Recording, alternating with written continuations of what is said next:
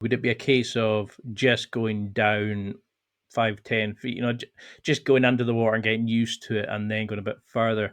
Because you have these amazing videos of going into tight, small caves, going into shipwrecks and things like that. I mean, there's these amazing places to visit under the water, but how do you start building into that to get somebody to overcome the fear, like you're saying, of you're under 30 seconds and suddenly panic because you suddenly realize you're under the water without a regulator?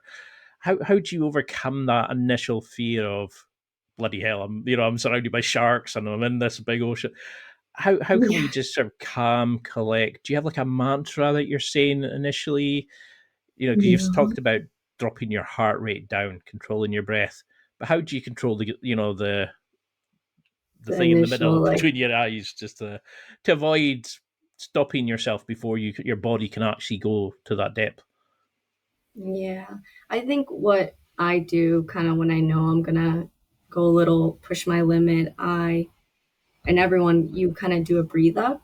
So you're kind of slowing your heart rate. We breathe out for like 10 seconds and you breathe in for 5 seconds. So right there you're kind of slowing your heart rate down and just knowing that you're safe. That's like the biggest thing. So I know when you black out, what happens underwater is that your body shuts down. You're not actually drowning. Your body just shuts down. And what's amazing with our body is you actually don't breathe when you black out. So you're underwater, you're not breathing, but you're not fully there. And that's when I know if something were to happen, like that Isa brings me above water.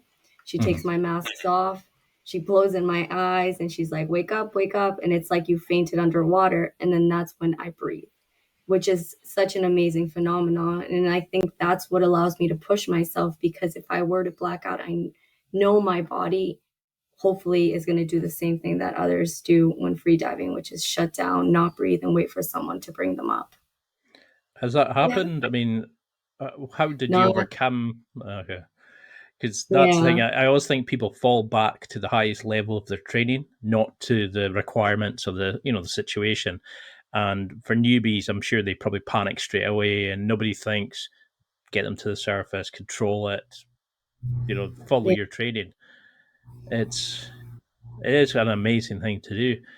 So how do you do? Can you go a little into that breathing? That as you're going down, you're saying you breathe out for 10 seconds, five, and then in for 5 seconds. How do you lower Well, that heart rate as you go down? so naturally, when you breathe out, your heart rate is lower than when it is when you breathe in. That's just how human physiology works. Mhm. And that is very personal. I want to put it out there. Not every diver does it this way. Some divers don't change their breathing at all before diving down, they just take one last breath. Many divers use this technique that we were saying just to be able to slow their breath down. There is no actual research behind this type of breathing out slower and then in faster. But it doesn't really matter if it's actual change in your body or if it's all in your head. Whatever you need to do to be able to kind of empty your mind and find that good headspace. I often just float and don't even think about my breathing. So I just float. I can float for a minute, 2 minutes. And then once I hear my heart going slower, that's when I know I'm ready to dive down. And that's when I take my last breath and go down. So it's not necessarily what you do, it's what's happening in your mind. I love it.